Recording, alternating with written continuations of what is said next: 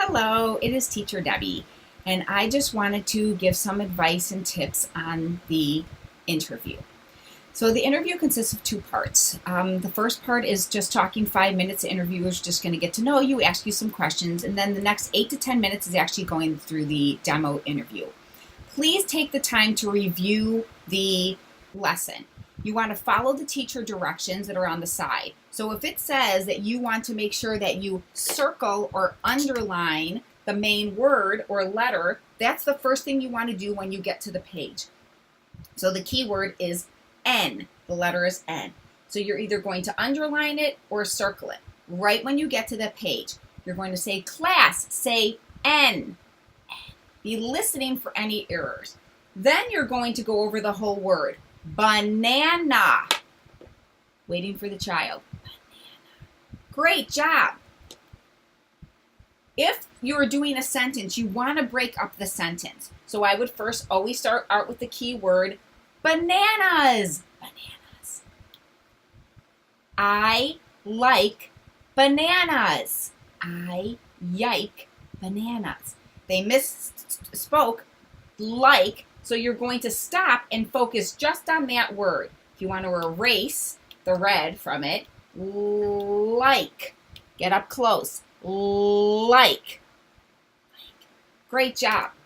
You can also use the one-to-one mode, where the three little people are at the top. That's what you want to do for the hello when you introduce yourself. You want to say goodbye to the kids, and you also want to use that if they're having a lot of trouble with one of the words.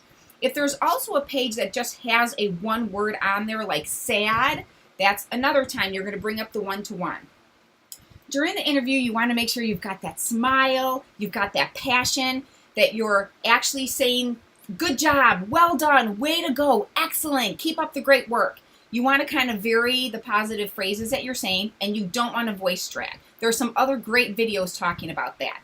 And voice dragging is good job, wow, way to go. We don't walk around talking like that. And I think the reason that some people actually do that, the voice dragging, is they're not sure what else to take the space up with, so that they kind of just take the word and drag it out. So you want to avoid doing that. You want to make sure that you have your props. So if the focus is a banana, you want to have a banana. If it's the letters, you want to have those letters. So if you're talking about the big N, you want to say big N. Big N. Have the child imitate you, right? Show them the letter. Listen for it. Get them to use their arms to show you big. Little N. Little N. You want to vary your voice. Big, little. Have fun with it. Not saying the same thing over and over again. When you're going from page to page, you want to say different phrases. Way to go. Let's see what's next, right? Have fun with it. You don't want to have quiet time.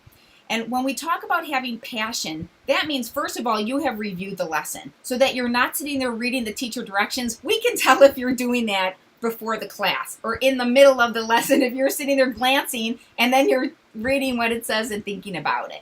We do understand that maybe you have reviewed, and then you get a little nervous. So when you go to the next page, you're like, what was this page again? That's understandable, but it should be very quick that you're looking at those teacher directions. The teacher directions are important. So on the song, you are not singing the song. You are not teaching the words to the song. You're just playing the song.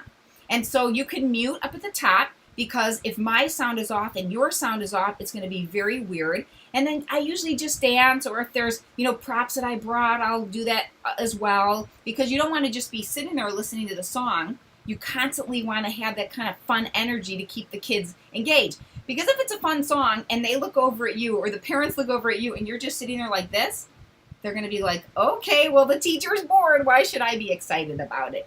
I'm going to predict or guess that I don't think the kids are really focusing on the teacher during this time, because the songs are so engaging and so fun. But you also want to get into it as well and enjoy it as well.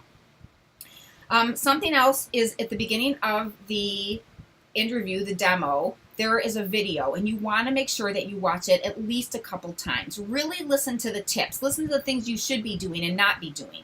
When you say hello to the kids, you want to bring yourself up large and bring them up large. And I always have my name here, and I'll say, Welcome.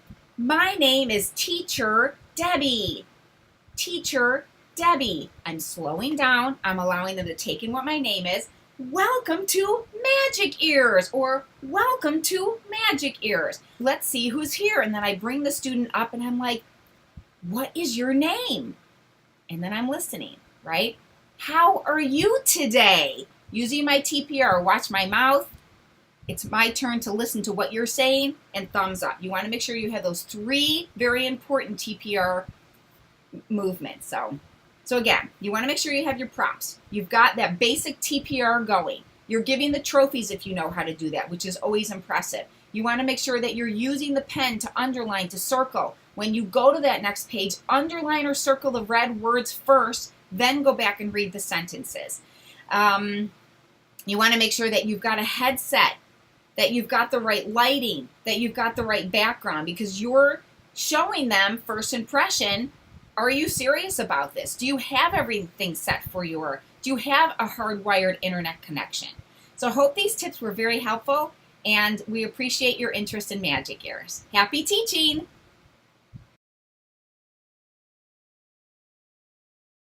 Now, for some reason, let's pretend that you don't pass the first interview, the first recording. Then ask politely what the feedback is, and then work on that. Yes, 3 months to reapply seems like a really, really long time, but I promise you want to make sure that you really feel confident, because it's such an amazing and incredible interactive platform, but sometimes it can get a little bit overwhelming. So if you have the lesson down, if you have your passion already set and you don't really need to think about it, then it makes it a little bit easier to teach. Please make sure to check out the Facebook page, Magic Ears Question and Answer. It's helpful, it's supportive, and you're going to see right away the wonderful family feel.